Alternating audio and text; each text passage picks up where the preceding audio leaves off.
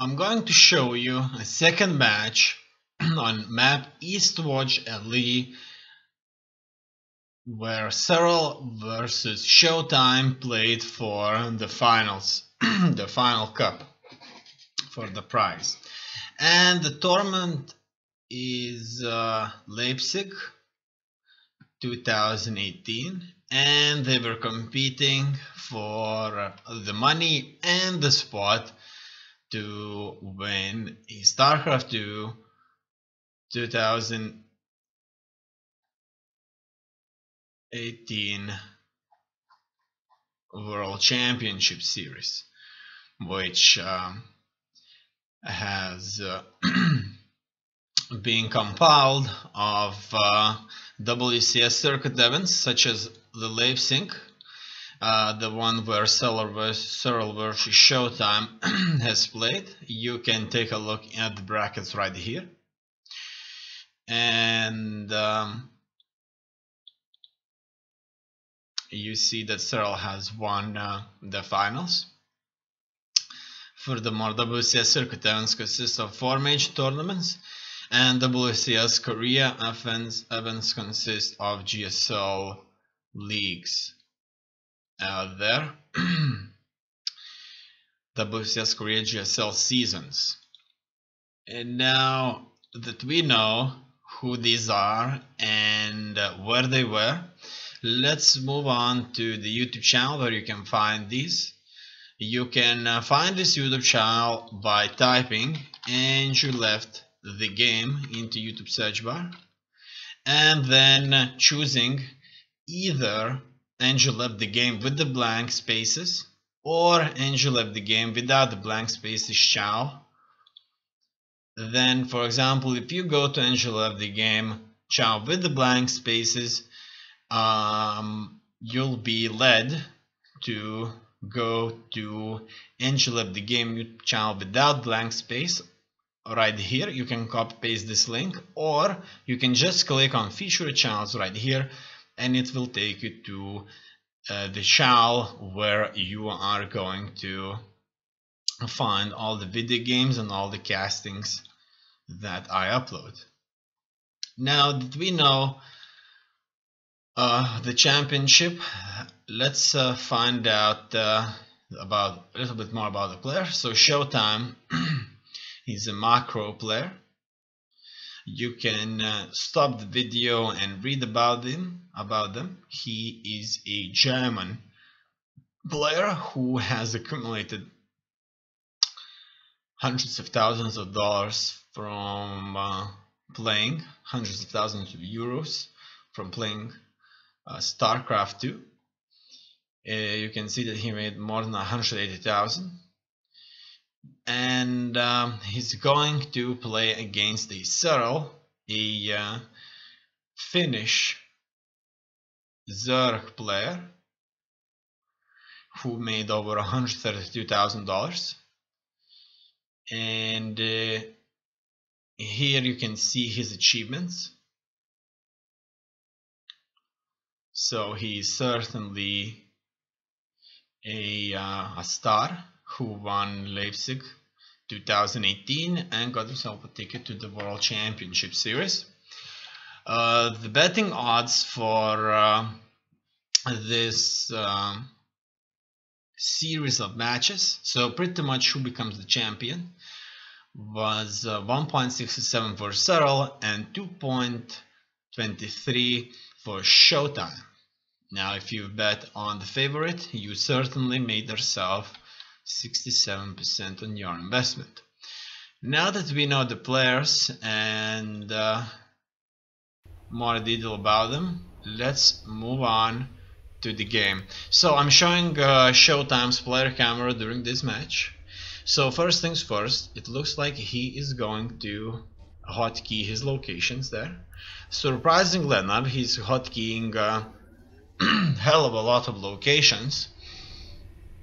The entire west coast right here, and he will start off with the pylon.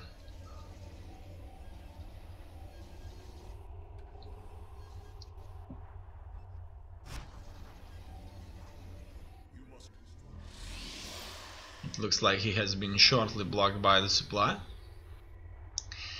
And it seems he's going to start off by walling himself off against any potential link attacks.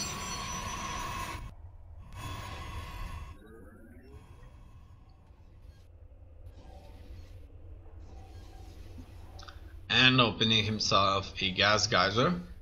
He's continuously checking through the hotkeys, and you can see he's showing the hotkeys, so he's trying to find out if they're just perfect. And now that he knows it's perfect, he's going to move on and trying to intimidate the opponent. Now, what he's doing here by mining, you may think that that's just a nuisance. However, it's not. The way the game is designed is that when it comes to mineral collection, only a specific number of workers can mine one patch. So if Serral, not Serral, let's say if Showtime, the Protoss player, is going to mine a mineral that has a limit to its worker count reached, so then when the Protoss probe starts to mine, one of the Zerg drones are not going to be mining on that patch. So it could be potentially that by doing that, the Zerg player will lose approximately 20, 15, 10 or 25 worth of minerals. And I think that the purpose of this is not about making the minerals unmineable here for the Zerg drone, but I think it's so that the Zerg would send at least 2, or if unlucky 1 drone to go and chase the probe, and then obviously certainly the Zerg player will not be mining as much. So that's what I learned about the mineral patch capacity by watching the tournament live, and the professional casters explain it. You can rewatch this and find out exactly how it works, because I may have just didn't told you everything, because I haven't read that in the tutorial. I just know that from other casters casting, and obviously his knowledge.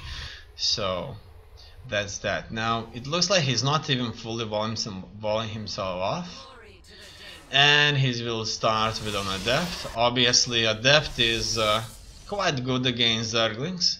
Probably Zerglings is the unit that Adepts are going to face here. And there are other strategies with Adepts that certainly are very useful, such as shading. They can shade through very small areas, and even through units. They can shade through units, if you didn't know that. At least they would have been able to shade through, and the only way to stop these is with another shade or with a building placed, and that's that in the area. So you have to, in order for you to avoid shades moving through you, you have to wall yourself fully. Otherwise they would just move on, shade through into your mineral lines, and that's it. Now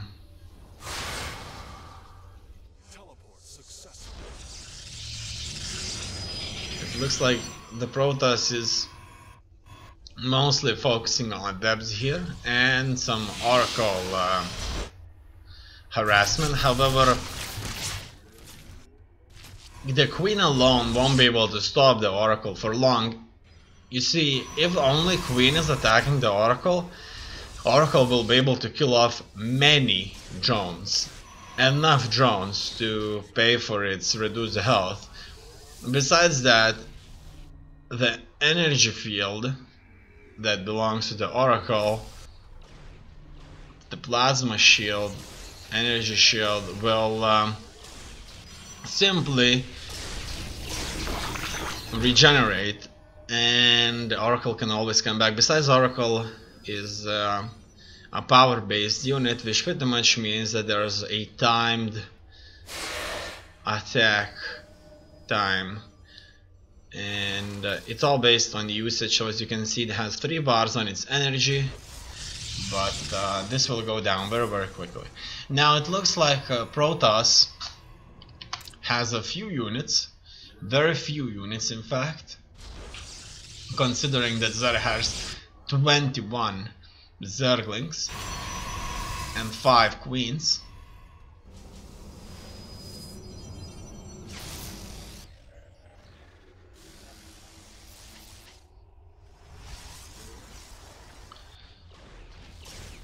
Now it looks like Serral is bringing overlords to spy on opponent's base and make sure that Showtime is not doing something that Serral should try and counter. So for example, by sacrificing an overlord, Serral, the Zerg player, may find out that the Showtime is building carriers, so like 5 carriers, so Serral needs to build corruptors to counter these. Now we see that Showtime has sent one cloned air unit to spy on Serral, and you can see that cloaked unit in the base on the map. Another drop occurred and it took quite a few units out. I think that was a very successful drop. Here, as you know, the prism will help spawn in units, warp in units for the Protoss, so the Protoss just attacked that base. However, the Lings won't have a problem fighting them. It looks like more clones have been made, and these clones are illusions, whatever you want to call them. They will be moving towards Serral's base and will be there to spot through whatever is out there happening. Now it looks like Protoss army relies heavily on High Templar, who have Storms and can morph into Archons, and super heavy units, Immortals and Sentries that can wall themselves off. As you can see, Protoss is not being attacked. Most of the game it wasn't attacked.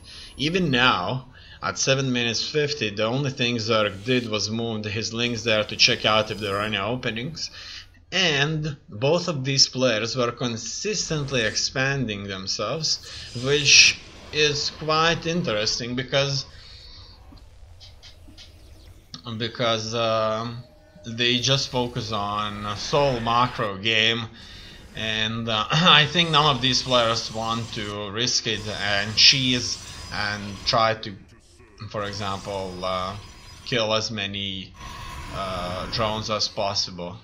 In any case, it seems that the fleet beacon is being built for the Protoss, and this in turn means that the Protoss will be trying to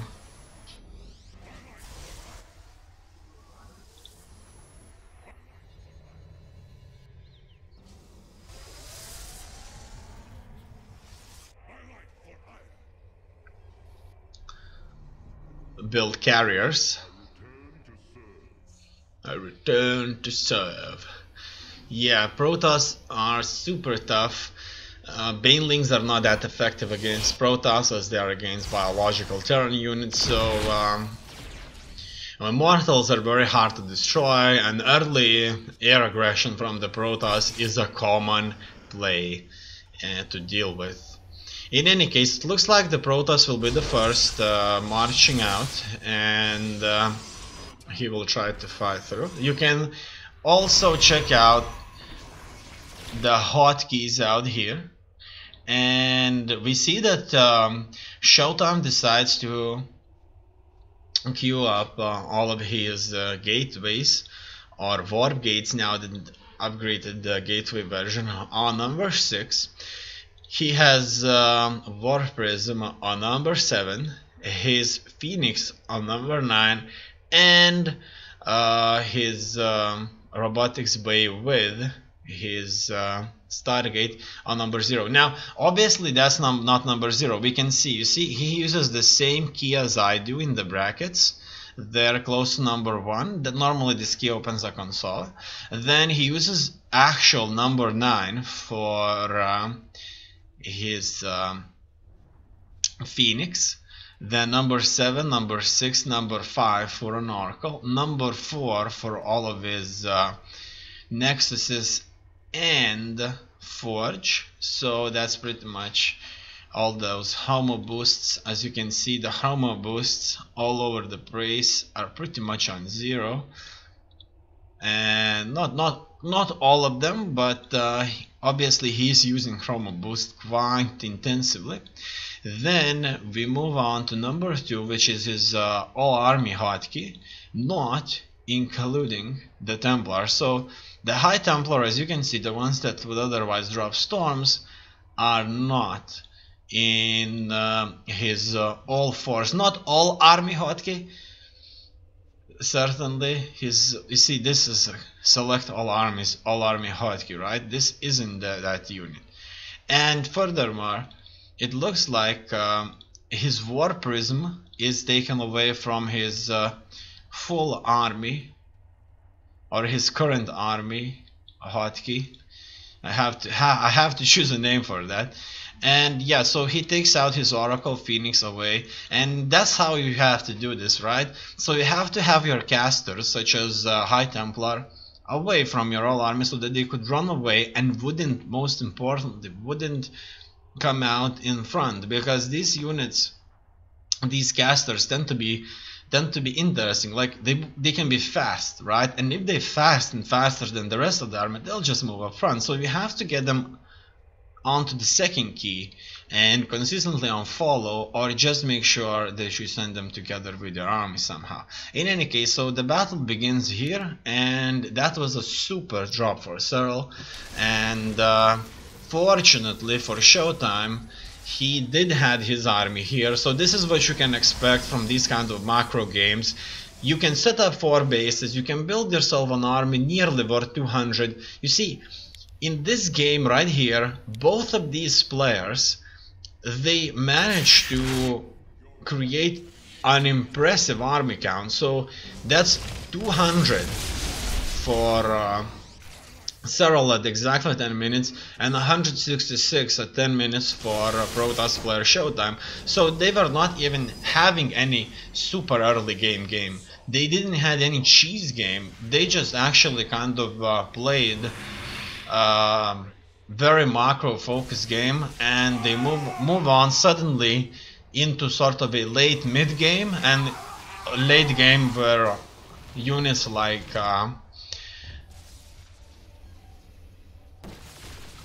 carriers are common, and the roaches are being replaced by Hydralisk.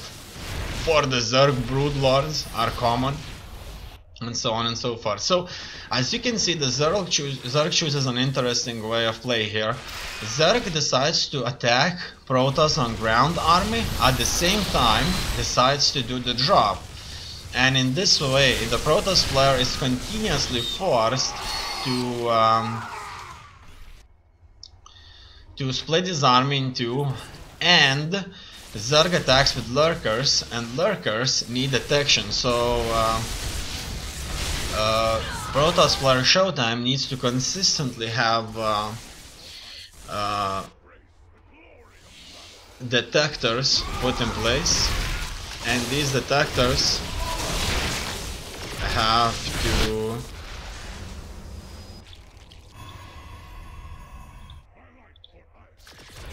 to do it right. Now,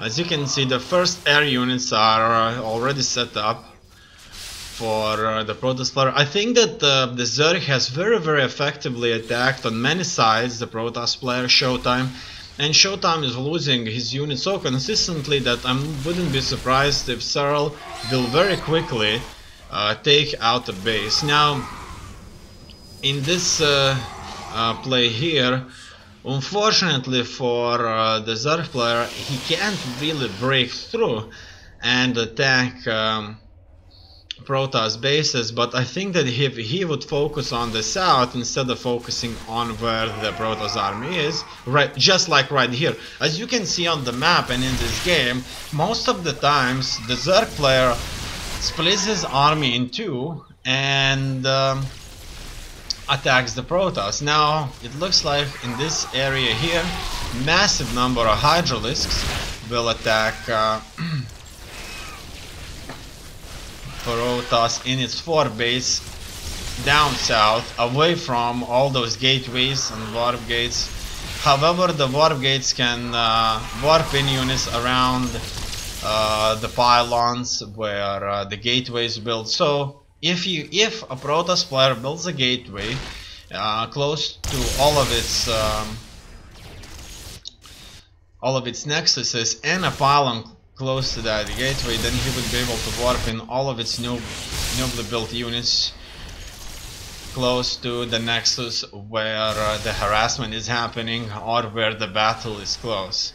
In any case, once again, as you can see, consistently Serral is attacking Protoss player from at least two sides, and we see an attack in the south 5th base and an attack in the 2nd base here, and another attack in the south 4th base. So it's a disaster for the Protoss player. It's really bad. The fighting is very intense. Serral is continuously attacking, and the Protoss just is unable to defend itself. The mothership doesn't have that many units to hide here. We can take a look at the income and see that the Zerg player is making a lot more money, like hell of a lot more money consistently. And the Protoss decides to build himself a fleet, which is what Protoss is famous for. However, Protoss has very powerful ground and air units too. In any case, here we see a massive battle where all those Hydralisks got this massive storms on them. So this is how the Protoss plays. He builds himself a massive fleet that can strike from distance, and builds himself a lot of High Templar who can consistently dominate the front areas of the battlefield. So this obviously has been countered by a massive number of Corruptors and a very careful ground unit play where Zerg units are tactically retreating away from the storms and making sure that they are engaged. Now, this right here is a very dangerous situation. Now, you see, Corruptors have this ability called Caustic Spray. Caustic Spray emits a stream of acid that deals 7 damage per second for 4.3 seconds, then increases to 35 damage per second. So what does that mean? That means if you have a lot of Corruptors, these are not only good against air units, these are good against sniping command centers, nexuses and hives with the use of Caustic Spray. So if you have like 10 of these, you can take out, or I would call it snipe away, the nexus in like a matter of seconds. It would be a complete disaster if some of these would show up at a base that is undefended, the Nexus would fall nearly instantly. And this is what the Zerg player tried to do here. However, it didn't work out because the Void Race came in defense and the Protoss player has units all over. Now, as you can see in the supply count, the Protoss is barely alive with 113 supply and 58 workers. Now, the Zerg player on the other hand sends in a massive army of Hydralisks, and these are going to be powerful enough to win against the remaining Protoss forces and further attack the bases. As you can see, the Protoss player Showtime decided to GG out because he lost his army and his bases out there were almost completely mined out. Without this base right here, Protoss wouldn't last for long and this base was completely lost. It's GG. Showtime decided to GG out.